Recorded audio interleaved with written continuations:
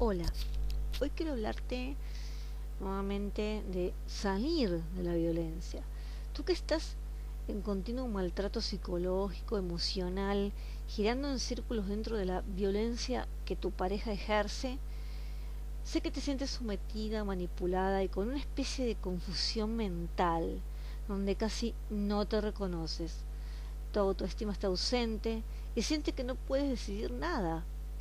Yo te digo, despierta si es que quieres salir realmente de este círculo de violencia.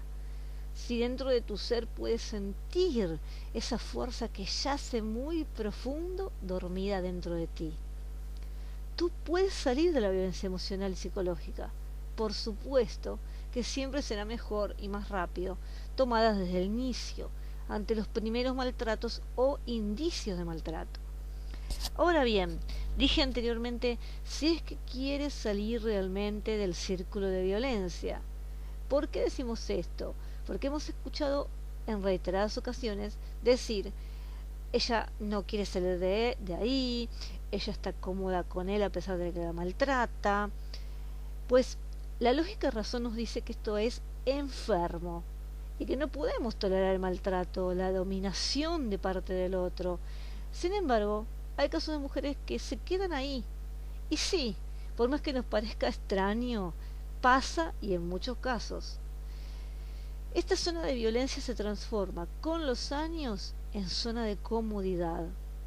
Se vuelve como algo natural para la vida de esta mujer. Entonces, esta rara naturalización la paraliza en ese lugar de maltrato por años y quizás pasen 10, 15 o 20 años recibiendo violencia, menosprecios, manejo, etcétera, de parte de sus esposos o parejas. Esta realidad que se da en cientos de casos, muchas veces son mujeres que eh, se van y vuelven al tiempo con su maltratador, pero por lo general la mayoría de los casos está ligada a mujeres que han sido víctimas de violencia, abandono y abuso infantil de alguna manera. Si tú te sientes identificada con esto, yo te pido que te muevas, despierta, tienes que salir de esta triste forma de vivir. En este tu presente de ahora no es necesario que revivas experiencias que te dolieron en la infancia. Basta, comienza a actuar. Una vez que sales del círculo de la violencia, tendrás que recuperar las pérdidas emocionales, psicológicas y físicas que causaron la convivencia en violencia por tantos años. En realidad vemos que solo el 5% de casos de violencia familiar son denunciados. Es decir, que solo se denuncia el maltrato cuando es brutal o es muy reiterado. ¿Por qué pasó esto? Existen condicionamientos muy importantes. La mayoría, o sea, la mayor causa de esta violencia en la niñez vivida por la mujer hacen que no se denuncie. O sea, la mujer está como enferma en este sentido. Pero hay otras cuestiones por las que no se denuncia el maltrato. Y estas son la dependencia económica y afectiva de la víctima con el agresor, el miedo al agresor, la no aceptación de un fracaso matrimonial, queriendo sostener la relación hasta límites insoportables, la falta de conciencia de estar siendo maltratada. Solo piensan que deben denunciar cuando hay una lesión, pero esto no es así, porque existe la violencia emocional, psicológica, económica, etcétera. El sentimiento también de culpa a la hora de denunciar al padre de los hijos. También tienen desánimo al ser conscientes de que no va a servir para nada. ¿Por qué? Porque la justicia a veces no actúa o está muy lenta. Entonces la mujer piensa, ¿para qué voy a denunciar? También hay falta de recursos económicos. No tiene a dónde ir, no tiene quien la cobije. La falta de respuesta de la propia familia de esta víctima y de las instituciones en general de su país. También hay un ocultamiento del problema por vergüenza, esto todavía existe, y la baja autoestima de la víctima que también le impide dar respuesta a la agresión. También la tolerancia del maltrato por parte de esta mujer que ya lo viene sufriendo por años. La violencia familiar se produce en todas las clases sociales y en todas las clases económicas, incluso en aquellos de alto nivel cultural. No obstante, cuando se conocen datos de denuncias, encontramos principalmente mujeres de clases sociales pobres, bajas. Muchas mujeres retiran la denuncia antes del juicio, casi siempre por miedo o por amenazas del marido o del exmarido. Un factor que hay que tener también presente es la dificultad que tiene la víctima de probar los hechos, porque estos siempre se producen adentro, en la intimidad, sin testigos o con testigos que dependen del agresor por razones de parentesco, por ejemplo son los hijos. Tampoco le resulta fácil a la víctima llevar testigos de la agresión, tales como vecinos, por ejemplo, porque ya normalmente sabemos que no quieren ir. Por otra parte, los certificados de lesiones aportados no siempre tienen poder probatorio de la existencia de la violencia familiar, ya que si bien certifican lesiones, a veces no acredita quién las produce. O sea que en definitiva, la mayoría de los casos de las mujeres que se animan a denunciar, después viven con miedo, se sienten perseguidas por el agresor, no se sienten protegidas por la justicia, y esto es así, ya que hay muchos casos fatales donde el ex marido vuelve y llega a asesinar a su mujer. Y esto lo vemos diariamente, en noticias, en todos lados. ¿Qué pasa entonces? Entonces la mujer evalúa estas dificultades ante una posible ruptura. ¿Cuáles? Piensa en el riesgo de buscar ayuda o decidirse a denunciar, porque se produce violencia física y daño psicológico. Hay un riesgo de un aumento de amenaza y de violencia física, tanto en los hijos, en ella, o sea, en toda la familia. Y el agresor amenaza a veces con suicidarse para frenar el tema de la denuncia, ¿no? Después hay un hostigamiento continuo y también muchos amenazan con secuestrar a los hijos, con sacárselos. También hay un riesgo económico, porque no tener poder adquisitivo también es una paralización para la denuncia. También hay miedo de perder los ingresos o el trabajo o las relaciones. También tienen miedo de sentirse solas porque el agresor las separó de las amistades y de los familiares poco a poco. Esto se da en muchos casos. También tienen miedo de actitudes de amigos, familiares, profesionales, empleadores, etcétera. Tienen miedo de no ser creídas, de que tengan una actitud crítica contra ella, etcétera. También si la mujer decide la ruptura, existen 3 tipos de ruptura especiales.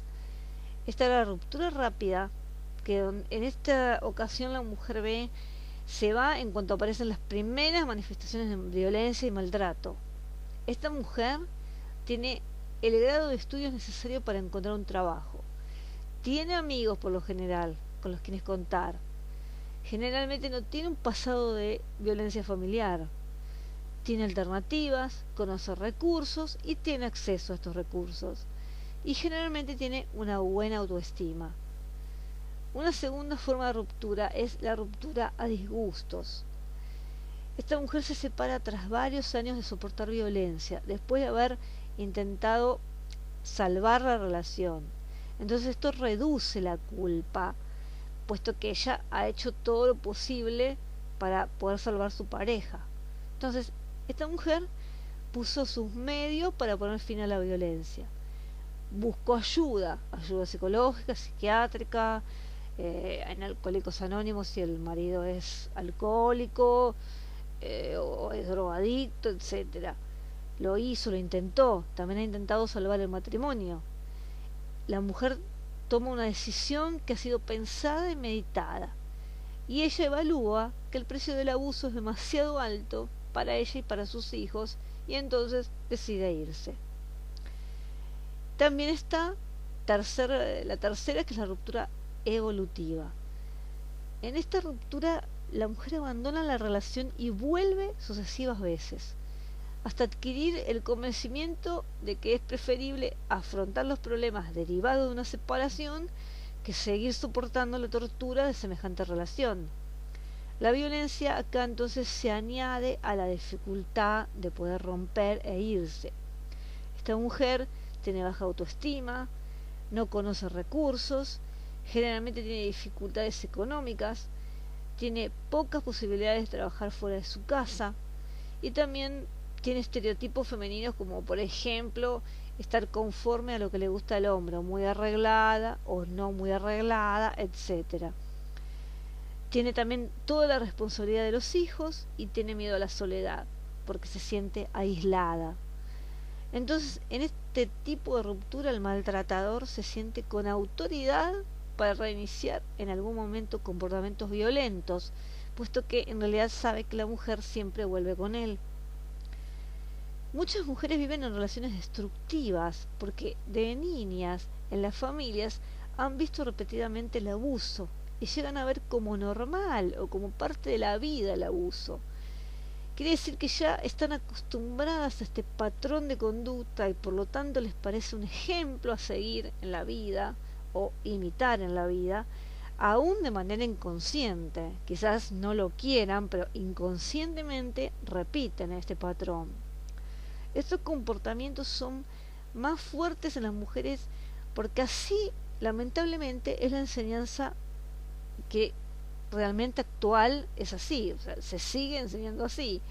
A la mujer se le educa para hacerse responsable de las relaciones de pareja, lo que significa en muchos casos aguantar lo que sea, hasta abusos físicos, en lugar de liberarse de ese sentimiento de culpa y reconocer que deben aspirar a relaciones sanas y mejores.